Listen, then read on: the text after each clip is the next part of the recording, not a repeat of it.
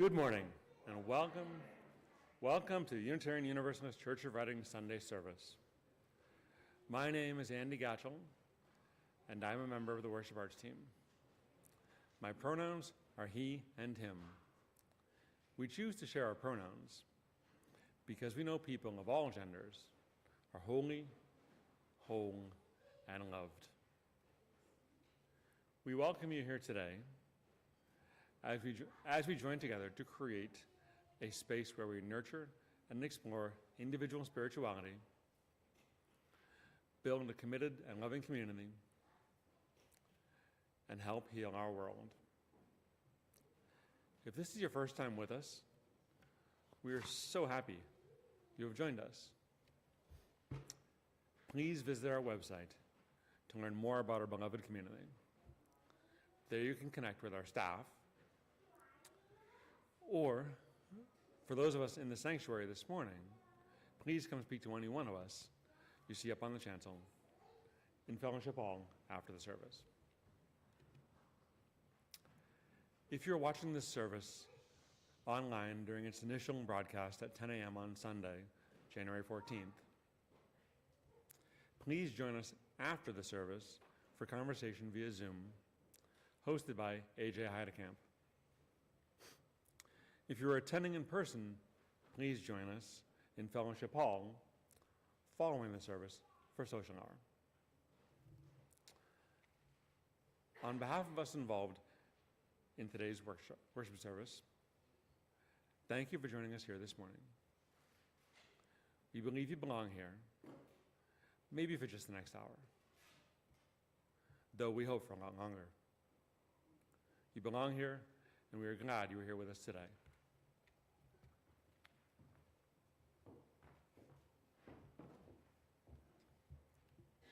Thank you, Andy. Good morning, everyone.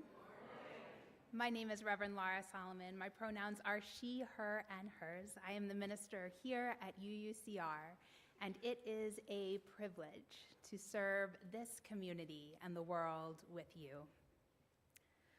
Our opening words this morning come from the Reverend Dr. Mark Morrison Reed.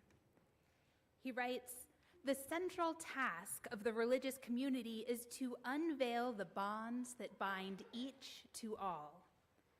There is a connectedness, a relationship discovered amid the particulars of our own lives and the lives of others. Once felt, it inspires us to act for justice. It is the church that assures us that we are not struggling for justice on our own, but as members of a larger community. The religious community is essential, for alone, our vision is too narrow to see all that must be seen, and our strength too limited to do all that must be done. Together, our vision widens, and our strength is renewed." Let us worship together. We start our service this morning by lighting our chalice with Unitarian Universalists all around the globe. I invite you to call into your heart the flame you kindle this morning, the flame of truth, of community, of commitment to love and to justice. Please join me in our chalice lighting words, which can be found on the laminated sheet with the hymnals in your pews. In the light of truth, the warmth of community, the fire of commitment, we gather this day. May the flame we now kindle be to us a symbol of the holiness we seek. Each week we recite our children's affirmation as a reminder of the most important elements of who we are. Before we share those words, I have an exciting announcement. We have a new staff member who has joined us as our religious education coordinator. Kimberly, come on up.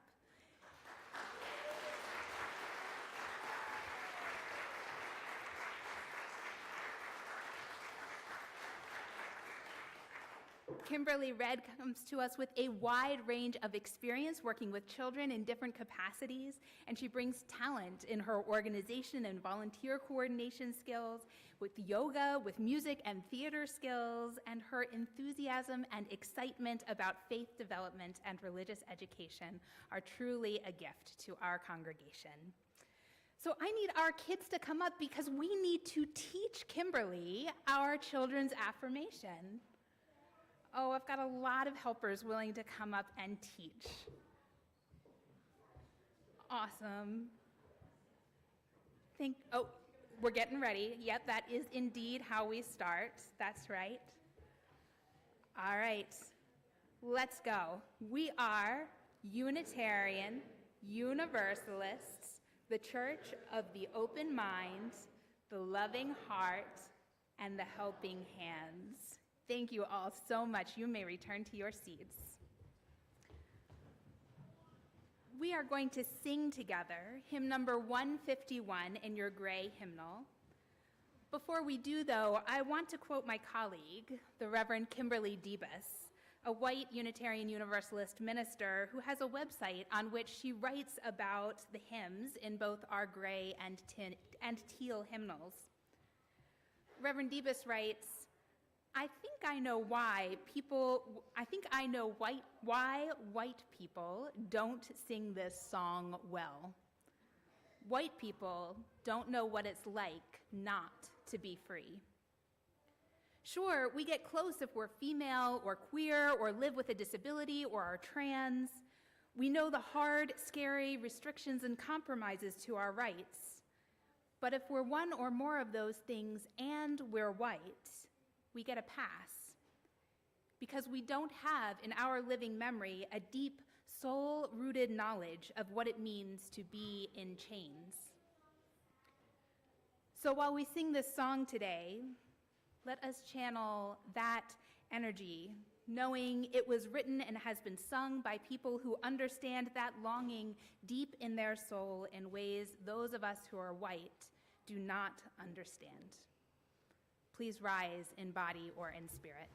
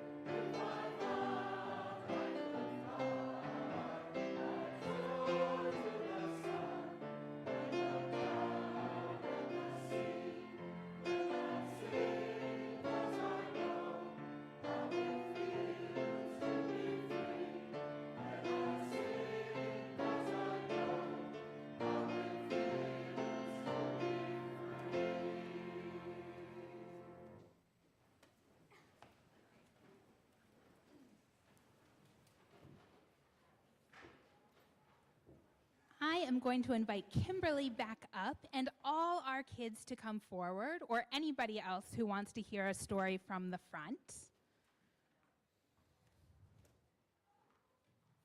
Welcome back up. That pizza shirt is really top-notch, Ethan. I love it. I know. Wish I had one. Come on up. Charlie, Maddie, it's good to see you. Awesome. Okay. Oh, Kimberly's going to go grab one more thing. But today we are going to talk about Reverend Dr. Martin Luther King Jr. I bet you've talked about him in school. Is that right? Have you guys talked about Martin Luther King at school? Yeah? Okay, so what do you know, or what have you learned about him so far? Who was he? Ethan?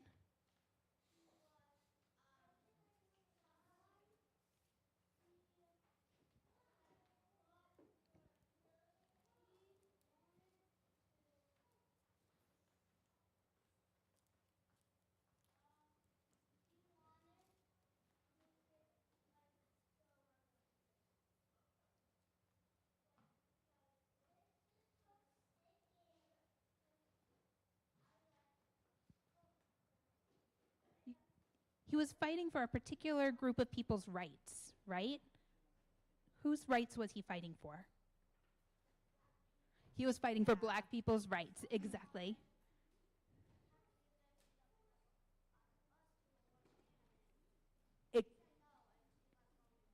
Exactly, and somebody had to give their seat up on a bus to a white man, and she said, no, that somebody was Rosa Parks, right? Awesome. You guys are learning a lot about this. Kimberly, can you tell us some more? Yeah. So Reverend Dr. Martin Luther King Jr. was a civil rights activist in the 1950s and 1960s. He led nonviolent protests to fight for the rights of all people, particularly black people and African Americans. He hoped that America and the world could form a society where race would not impact a person's rights. He's considered one of the great speakers and preachers of modern times. You're going to hear some quotes from him later, and his speeches still inspire many people today. Now, Dr. King was a Baptist minister, not a Unitarian Universalist. But in 1966, he spoke at our Unitarian Universalist General Assembly, our big conference for Unitarian Universalists. You can read this speech online, and it was called "Don't Sleep Through the Revolution." In this speech, he tells the story of Rip Van Winkle. Who's ever heard the story of Rip Van Winkle? Maybe some grown-ups. Yeah. Well, the story goes like this. There was a man named Rip Van Winkle who liked to share stories, and he was kind to children, but he avoided hard work or anything he thought was unpleasant. One day, he found a nice grassy place on a mountain, and he fell asleep. But this was no ordinary nap. Rip Van Winkle slept for 20 years. 20 years? What do you think he missed if he slept for 20 years? Did he miss a little bit or did he miss a lot? He missed a whole lot over 20 years. In fact, the most important thing that he missed was the American Revolution. When he went up the mountain, he lived in a British colony, and when he came down 20 years later, he lived in the United States. So, Kimberly, why did Dr. King tell this story? Reverend Laura, Reverend Dr. King used this story to talk about the civil rights movement. 50 years ago, in 1966, he told this story to a huge crowd of Unitarian Universalists to urge everyone to wake up, to not sleep through big changes that were happening all around, as black people worked for justice, freedom, and equality. He asked white people in particular not to be asleep and ignore injustice. He urged us to wake up. So even though Dr. King delivered this message 50 years ago, we are still hearing the same message from so many people about so many injustices that are happening in our world. People are still saying, wake up. The injustice and the unfairness is still here. And there are new injustices we need to work on to make our country and our world more just and fair. Wake up. So I'm going to ask all of you to help me deliver this message to the Unitarian Universalists who are sitting right here in the sanctuary with us. Can you help me wake everyone up? This is the message for the kids. Can you help us? Yeah? Okay. So we're going to say, wake up to injustice. And Reverend Lara let me bring my shaker today. So you might know I teach yoga, and in yoga we would call this a mantra. Wake up to injustice, or a chant. So can you all start with me? We're going to start quiet. And as I move my shaker up, we're going to get really loud. We can get as loud as we want. And then we're going to get quiet again and pause in silence for a moment. Okay, are you ready? Okay. Wake up to injustice. Wake up to injustice. Wake up to injustice. Wake up to injustice. Wake up to injustice. Wake up to injustice. Wake up to injustice. Wake up to injustice. Wake up to injustice. Thanks, everybody. Thank you, Kimberly. Thank you all. I invite you all to go back to your seats, and later we're going to tell some more stories about waking up to injustice. Thank you all for listening.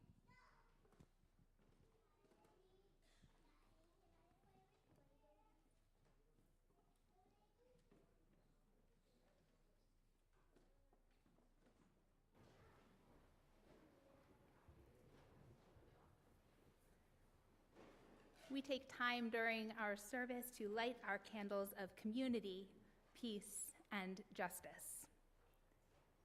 Our red candle of community signifies our interconnection.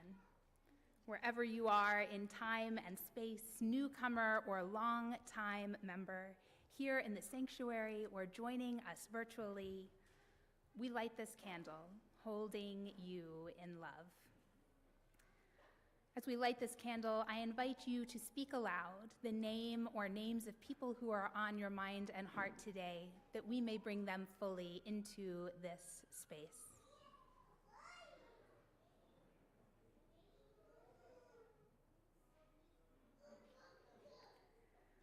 We light our blue candle of peace for all the places worldwide where people live with the threat of war and violence. Today marks the 100th day of the Israel-Hamas war, and there is still no clear path towards peace or justice. And we light our yellow candle. Particularly on this Martin Luther King Day weekend, we remember that the arc of the moral universe is long and that it bends towards justice when we bend it with our thoughts, our words, our actions, our lives. May all people everywhere live their lives in freedom, and may we each do our part in the work for justice and liberation for all in our global community. As we recommit ourselves to this work of love and justice, let us each voice this commitment by saying, Amen. Would you join me in a moment of prayer? I invite you to put your hand on your heart. Take a breath.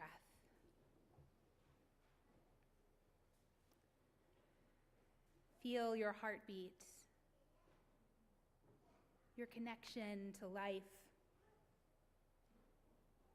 Breathe in peace.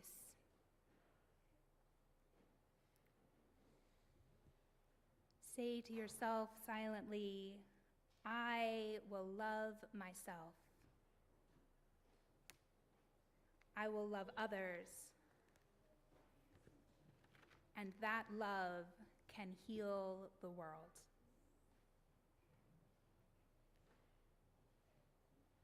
Spirit of love, life eternal, we rest in holy gratitude. We surrender to a mystery beyond ourselves, asking forgiveness for our mistakes, those times we have been selfish or thoughtless. Breathing in and out, we offer grace. We forgive ourselves and each other. And we begin again in love. We say to ourselves, I will love myself. I will love others. And that love can heal the world. We honor our earth, supporting and sustaining life. We breathe in, opening our hearts to wonder. For just one moment, we feel a connection with all beings. I will love myself.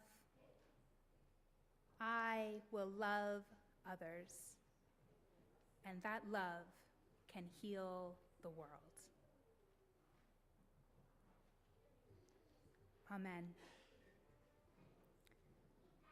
If you have a joy or a sorrow you would like to honor through lighting a silent candle, you are invited to come forward now.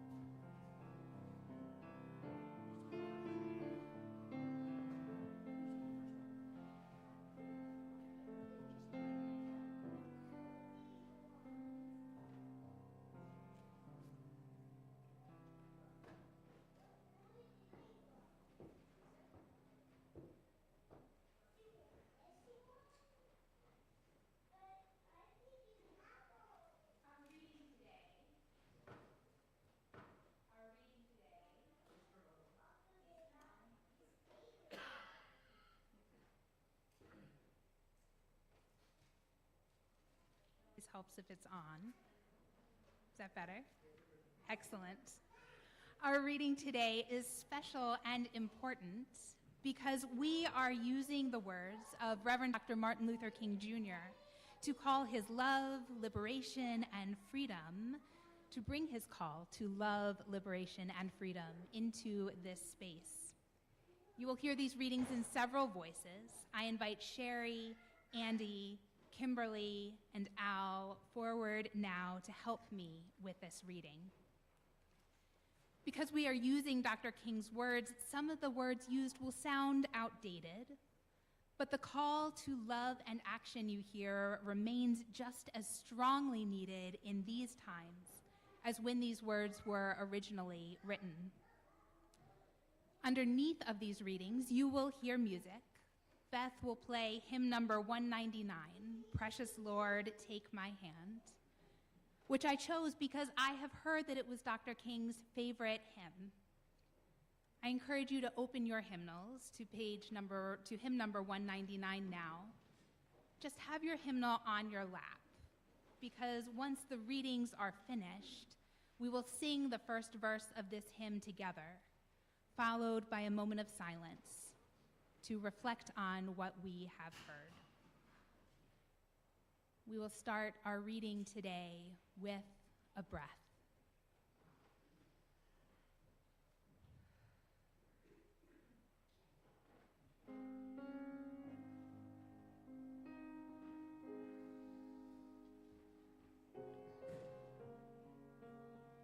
From Letter from a Birmingham Jail, written April 16th, 1963. I must make two honest confessions to you. First, I must confess that over the past few years, I have been gravely disappointed with the white moderate. I have almost reached the regrettable conclusion that the Negro's great stumbling block in his stride toward freedom is not the white citizens counselor or the Ku Klux Klan, but the white moderate, who is more devoted to order than to justice, who prefers a negative peace, which is the absence of tension, to a positive peace, which is the presence of justice, who consistently says, I agree with you in the goal you seek, but I cannot agree with your methods of direct action, who paternalistically believes he can set the timetable for another man's freedom, who lives by the mythical concept of time, and who constantly advises the Negro to wait for a more convenient season. Shallow understanding from people of goodwill is more frustrating than absolute misunderstanding from people of ill will. Lukewarm acceptance is much more bewildering than outright rejection.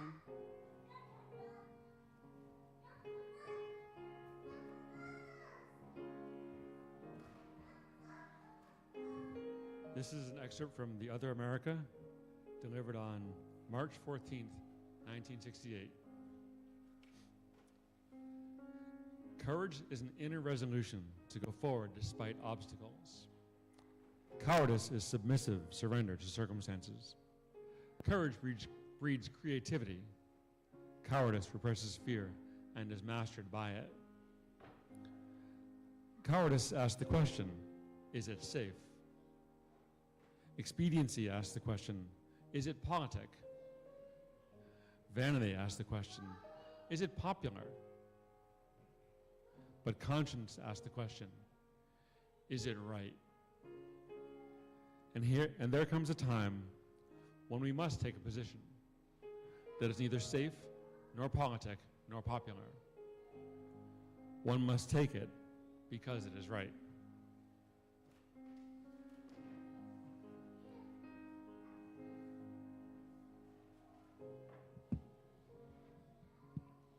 From Letters from a Birmingham Jail, One day, the South will recognize its heroes. They will be old, oppressed, battered Negro women, symbolized in a 72-year-old woman in Montgomery, Alabama, who rose up with a sense of dignity and with her people decided not to ride segregated buses, and who responded with ungrammatical profundity to one who inquired about her weariness. My feet is tired, but my soul is rested. They will be the young high school and college students, the young ministers of the gospel, and a host of their elders, courageously and nonviolently sitting in at lunch counters and willingly going to jail for conscience sake. One day, the South will know that when these disinherited children of God sat down at lunch counters, they were in reality standing up for what is best in the American dream and for the most sacred values in our Judeo-Christian heritage, and thusly carrying our nation back to those great wells of democracy which were dug deep by the founding fathers in their formulation of the Constitution and the Declaration of Independence.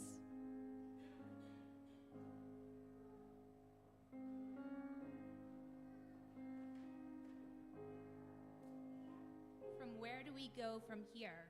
Chaos or Community, written in 1963. Many liberals have fallen into the trap of seeing integration in merely aesthetic terms, where a token number of Negroes adds color to a white-dominated power structure. They say, our union is integrated from top to bottom. We even have one Negro on our executive board. Or, our neighborhood is making great progress in integrated housing. We now have 2 Negro families. The white liberal must see that the Negro needs not only love but justice. It is not enough to say we love Negroes, we have many Negro friends. They must demand justice for Negroes. Love that does not satisfy justice is no love at all. It is merely a sentimental affection, little more than what one would have for a pet. Love at its best is justice concretized. Love is not conditional upon one staying in his place or watering down his demands in order to be considered respectable. The white liberal must rid himself of the notion that there can be a tensionless transition, that the old order of injustice to the new order of justice, the Negro has not gained a single right in America without persistent pressure and agitation. Nonviolent coercion always brings tension to the surface. This tension, however, must not be seen as destructive. There is a kind of tension that is both healthy and necessary for growth. It is important for the liberal to see that the oppressed person who agitates for his rights is not the creator of tension. He merely brings out the hidden tension that is already alive. The white liberal must escalate his support for racial justice rather than de-escalate it. The need for commitment is greater today than ever.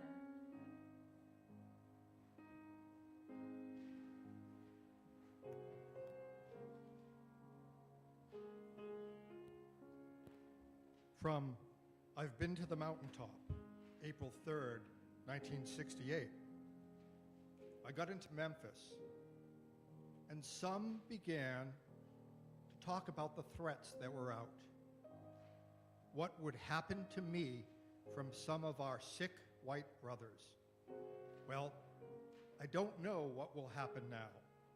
We've got some difficult days ahead, but it really doesn't matter with me now because I have been to the mountaintop, and I don't mind. Like anybody, I would like to live a long life. Longevity has its place, but I am not concerned about that now. I just want to do God's will. And He's allowed me to go up to the mountain, and I've looked over, and I've seen the promised land. I may not get there with you, but I want you to know tonight that as a people, we will get to the promised land. So I am happy tonight. I am not worried about anything.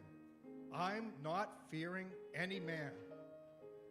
Mine eyes have seen the glory of the coming of the Lord.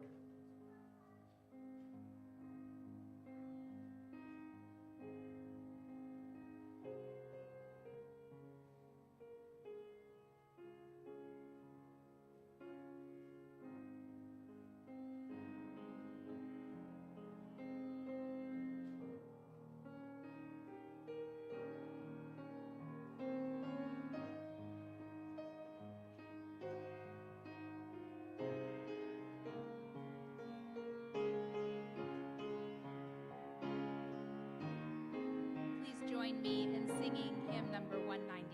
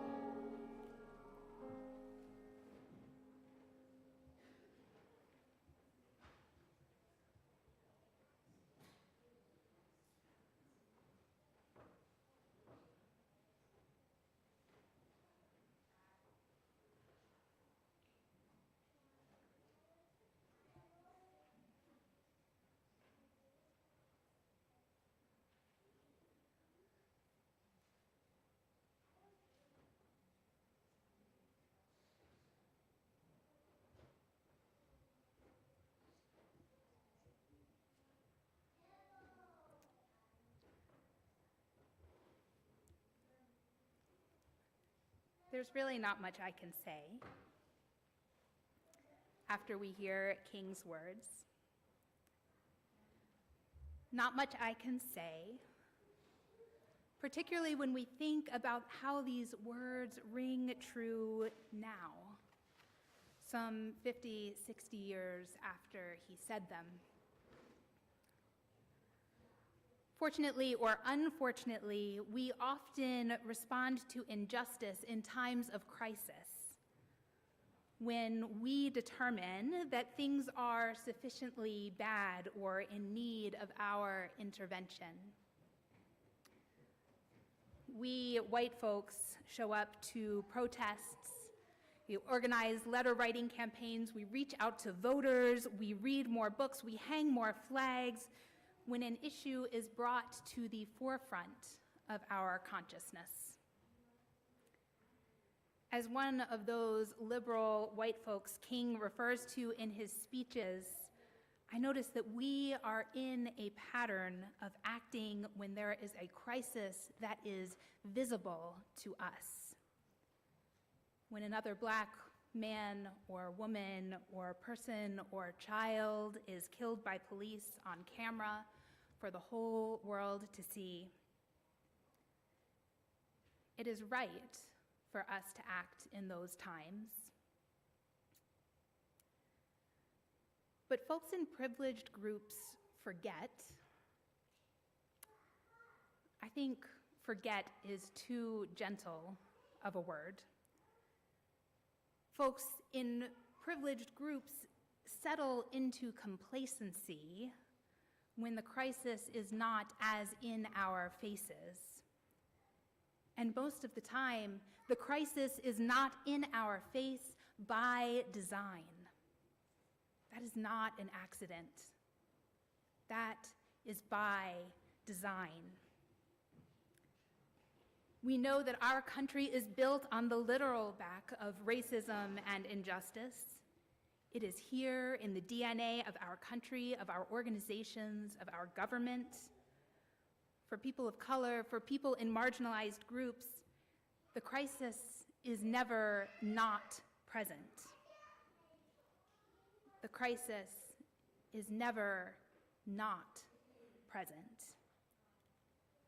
And yet some of us have the privilege of turning away, of falling back to sleep, if you will. Later, I'm going to ask you to share a commitment with one another, a commitment to one action to which you are called, an action not born out of burning headlines, but an action that has been tugging at your heart and has remained for any number of reasons on the back burner. Maybe you join that letter writing campaign to voters where we know particularly strongly that their vote matters. Maybe you connect with a friend whose politics are different than yours because you know that your connection and your conversations matter in the ways that they change you or the potential they have to change your friend. Maybe you read that book that has been on your list that you just haven't gotten to. Maybe you attend a meeting with Reading's new director of the Office of Equity and Social Justice, Albert Pless, or you learn about what PAIR, Partners and Allies for Inclusive Reading, is doing. Maybe you brainstorm what racial justice might look like here at UUCR. No concrete plans.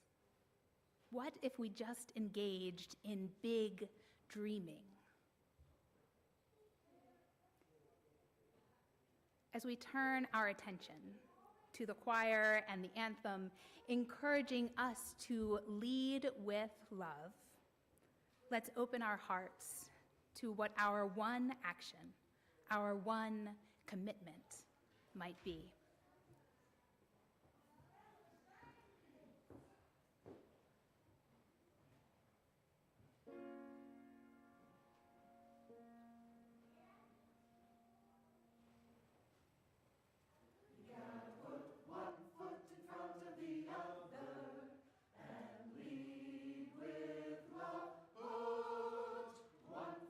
Front of the other and lead with love.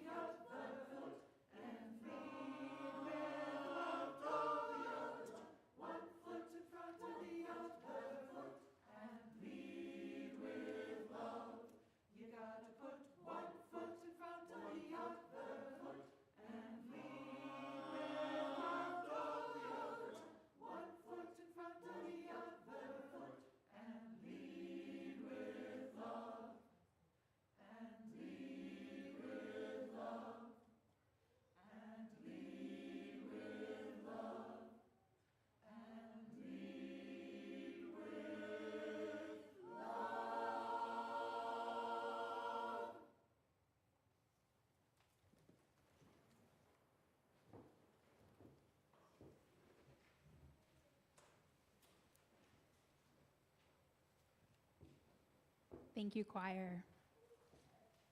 I invite our kids forward again and invite Kimberly to come up and join me. We have a second Time for All Ages today. Thanks for coming up. Thank you all. So who has heard about the story of the Children's Crusade? Yeah. Well, I hadn't heard this story, and I was really glad to hear it because I think it shows a great example of the power everyone has to make a difference. Exactly. So the way I've heard this story told is that Martin Luther King Jr. sat with his friends at a meeting in the 16th Street Baptist Church in Birmingham, Alabama. And these meetings were big meetings. As many as 400 people would come to these meetings to talk about how they were going to fight and advocate and move the country forward towards justice.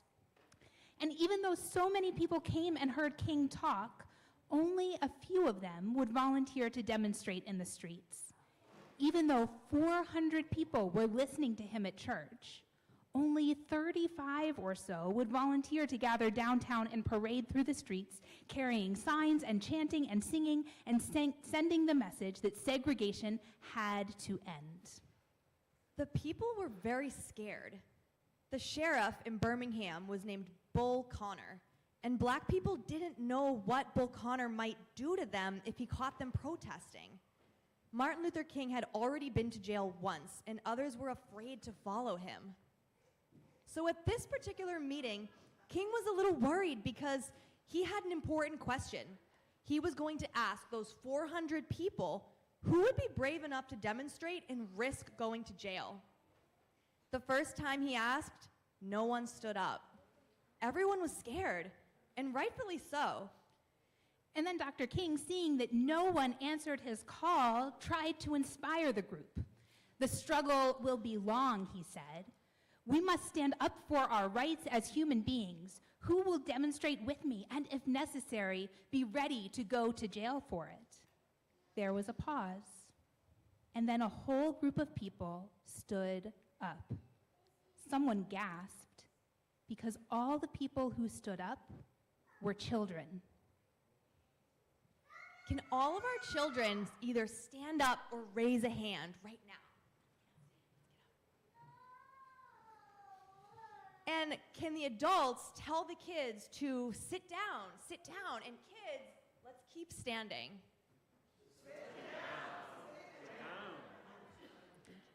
Martin Luther King thanked the children and told them he appreciated the offer, but that he couldn't ask them to go to jail. They still wouldn't sit down. They wanted to help. That night, Dr. King talked with a close group of friends about the events of the day. What are we going to do, he asked. The only volunteers we got were children. We can't have a protest with children. Everyone nodded, except another activist named Jim Bevel. Wait a minute, said Jim. If they want to do it, I say, bring on the children. But they're too young, said the others. Then Jim asked, are they too young to go to segregated schools? No. Are they too young to be kept out of amusement parks? No. Are they too young to be refused a hamburger in a restaurant? No, said the others. Then they are not too young to want their freedom, Jim Bevel said. That night, they decided that any child old enough to join a church was old enough to march. The children heard about this decision and told their friends. You all can sit down. When the time came for the march, 1,000 children, teenagers, and college students gathered. The sheriff arrested them and put them in jail. The next day, even more kids showed up, some of their parents and relatives too, and even more the next day and the next. Soon, lots of adults joined in. Finally, 1,000 children were locked up together in a children's jail, and there was no room for anyone else. Sheriff Connor had done awful things to try and get protesters to turn back. He had turned big police dogs loose and allowed them to bite people. He had turned on fire hoses that were so strong the force of the water could children and push them down the street.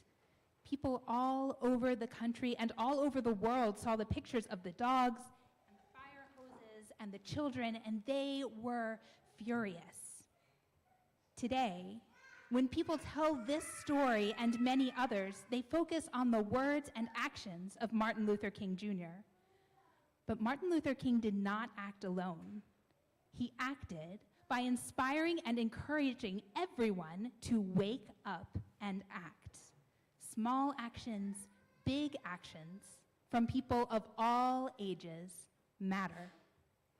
Those actions of the thousands of brave children and teenagers helped to defeat Bull Connor and end segregation in Birmingham and the rest of the United States. We know that this community offers one another so many gifts: friendship, fellowship, worship, care, and love. Conversation, meals and rides, and witnessing of life's struggles. And another gift we can give to one another is the gift of accountability. Accountability as we work together for a more just world.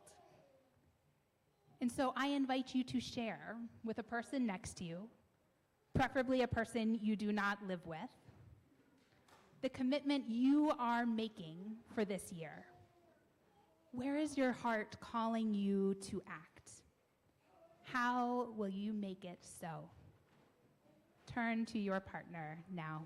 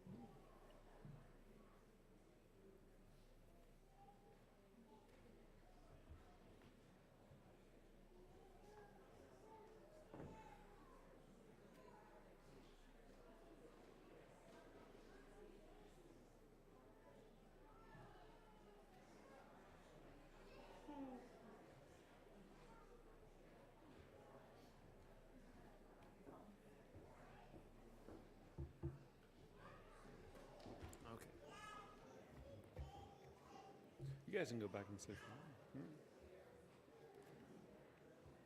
Okay.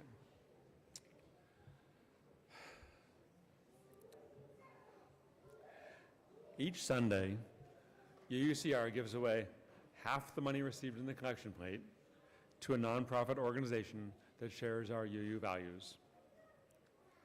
It's a simple yet powerful way for each of us to help heal the world by learning about and supporting the good works of charitable organizations and becoming more involved in our community. Our Share the Plate recipient for the month of January is Students of Color and Allies for Equity, Justice, and Inclusion. SOCA is a student group at Reading Memorial High School seeking to create awareness, educate on significant issues, and create an understanding of how students of color feel on a daily basis. Some of their current projects include planning field trips in the greater Boston area to learn about Black history and the Civil Rights Movement, raising funds to provide scholarships for students to attend a leadership training program this summer, collaborating with other town organizations to put on the annual Juneteenth celebration, advocating for the Medco program, petitioning the school committee to change the name of the Joshua Eaton School in light of the property's connection to the slave trade during the colonial era. Please give generously to our Share the Plate offering to support both SOCA and the mission of UUCR. If this is your first time with us, your presence is gift enough in itself. Thank you.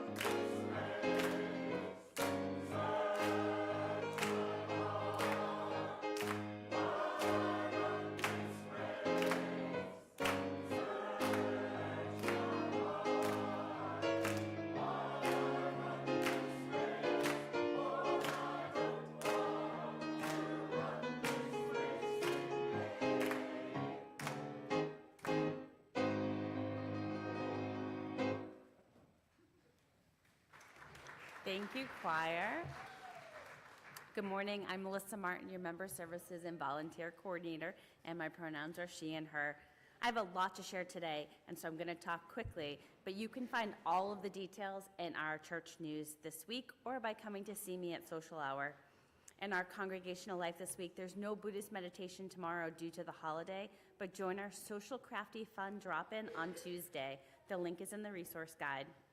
And on Saturday, we have a very special quiet day planned here at church in the afternoon. Please look for details in the news this week. Next Sunday, there's a new visitor welcome that I invite all new folks to join me at during social hour. And as many of you might have seen in this week's news, we presently have several opportunities that you can register for now. There's a 3-part book discussion from the UUA's Common Read on Repentance and Repair, and that book is available during our book fair. There's also Chalice Circle signups. Sign up by this Wednesday. Chalice Circles start next week. There's a 7-part small group intensive on spiritual leadership developed by the UUA. That's going to be starting in February. And you're invited to sign up to usher or host a social hour. Thank you to the RE families today for hosting and for also making some coffee for us. Looking ahead, save the dates.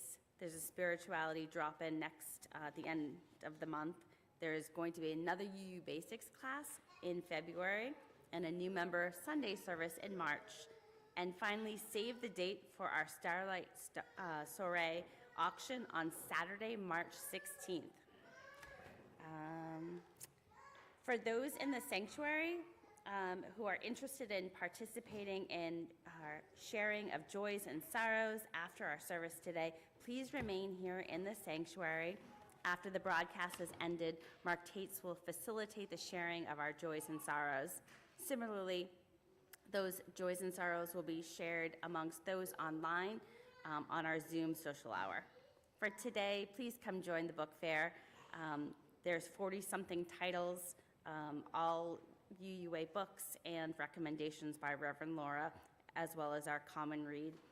RE families are invited to Community Hall to join the meet and greet with Kimberly. And if you have any questions, please reach out. Thank you to all of our volunteers who made today possible, and thank you for being a vital part of our congregational life. Thank you, Melissa. There is so much happening. A final context note before we sing our closing hymn. This song was originally a gospel song with the words, "I woke up this morning with my mind stayed on Jesus." In 1961, Reverend Robert Westby of Aurora, Illinois, sang it in the Hinds County, Mississippi jail after his arrest and incarceration during the Freedom Rides. That is how it became the freedom anthem we know it to be today. Please rise in body or in spirit and join in singing our closing hymn, number 153, "Oh, I Woke Up This Morning."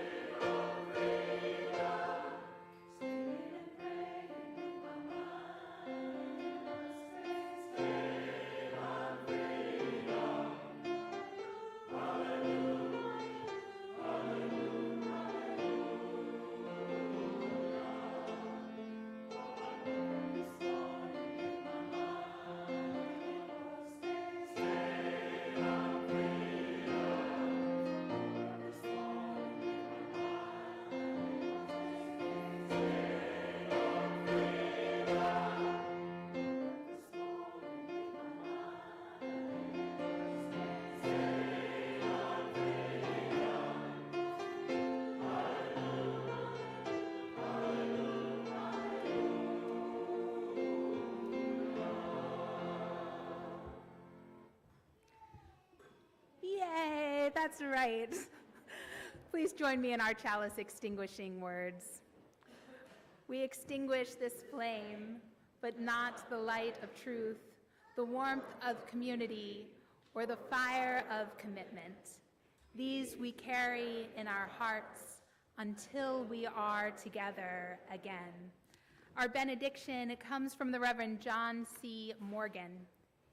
In the end, it won't matter how much we have, but how generously we have given. It won't matter how much we know, but rather how well we live. And it won't matter how much we believe, but how deeply we love. May it be so, and may we make it so. Amen.